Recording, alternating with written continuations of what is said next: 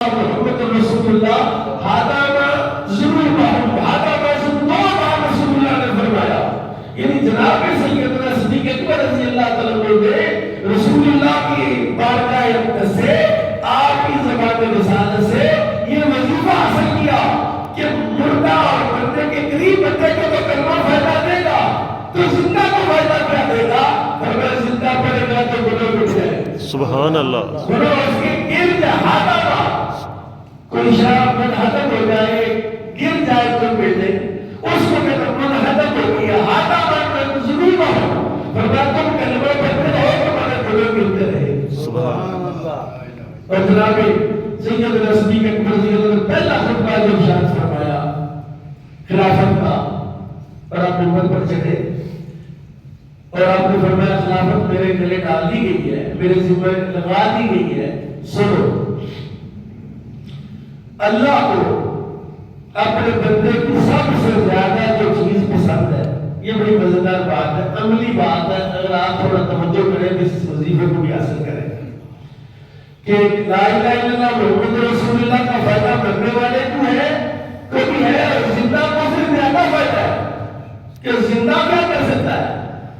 زندہ اپنے گناہوں کو جھاڑ سکتا ہے۔ جناب صدیق اکبر نے اس میں اور بڑی خوبصورت بات کہی، جناب صدیق اکبر رضی اللہ عنہ کہتے ہیں ایک ہے ہمارا یہ وقت، یہ جو ہماری سانسیں چل رہی، اور ایک ہے ہمارا آخری وقت جس کا کسی کو پتا، اس کے درمیان کا جو وقت ہے وہ بھی نہیں ہم جانتے کہ کتنا ہے۔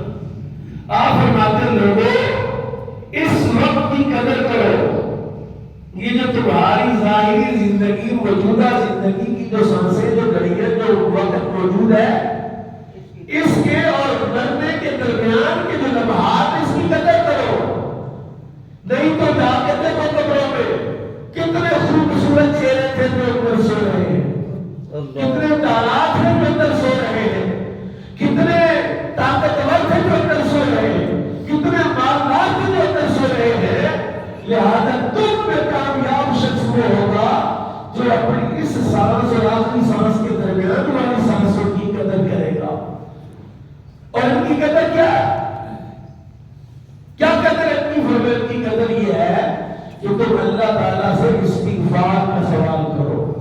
کس کا؟ دو چیزیں آپ نے فرمائی اس حدیث میں بھی، دو چیزیں فرمائی۔ میں کتاب جو جس میں آج خطبہ میں نے تیار کیا وہ رہ گئی گھر میں، لیکن جو میرا حاصل مطالعہ وہ عرض کر رہا ہوں کہ دو چیزوں کا ذکر کیا، ہمیں دو چیزیں لازم کر لو، ایک لا الہ الا اللہ لازم کر لو اور ایک استغفار لازم کر لو۔ اور آپ فرماتے ہیں شیطان نے کہا اللہ کی بارگاہ میں عرض کیا یا اللہ میں نے لوگوں کو ہلاک کر دیا گناہوں میں مبتلا کر کے، گناہ لمبی لمبی امیدیں اور گناہ میں مصروف رکھا اور ان کو جو ہے وہ لمبے لمبے خیالات اور افکار کیے، میں نے ان کو ہلاک کر دیا اور لوگوں نے مجھے کلمے سے ہلاک کر دیا۔ میری ساری محنت پر پانی پھیر دیا۔ جب وہ پڑھ لیتے ہیں لا الہ الا اللہ محمد رسول اللہ تو مجھے ہلاک کر دیتے گویا، اور جب وہ استغفار کرتے استغفر اللہ ربی من کل ذنب واتوب الیہ پڑھتے کہتے وہ مجھے ہلاک کر دیتے۔ یعنی شیطان نے بارگاہ رسالت میں عرض کیا کہ یا رسول اللہ میں تو ان کو ہلاک کرتا ہوں گناہوں کے ساتھ اور یہ ہلاک ہو جائے، لیکن یہ اپنے استغفار کے ساتھ اور اپنے کلمہ شریف کے وظیفے کے ساتھ مجھے ہلاک کر دیتے۔ جناب ابوبکر صدیق رضی اللہ عنہ کہتے ہیں، آپ ارشاد فرماتے ہیں کہ حضرت زکریا علیہ السلام، یہ قرآن کی سورہ انبیاء کا آیت نمبر 90 ہے، اگر آپ کے پاس پڑھنا لگا کے لیے کہتے ہیں اللہ تعالیٰ نے جناب زکریا کی دعا قبول فرمائی، فاستجبنا له ووهبنا له يحيى، اللہ نے زکریا کی دعا قبول کی اور ان کو یحییٰ عطا فرمائے۔ بیٹا نہیں تھا تو ربی ہب لی من لدنک ذریۃ طیبہ، دعا کی اللہ نے بیٹا دے، اللہ نے بیٹا دے دیا۔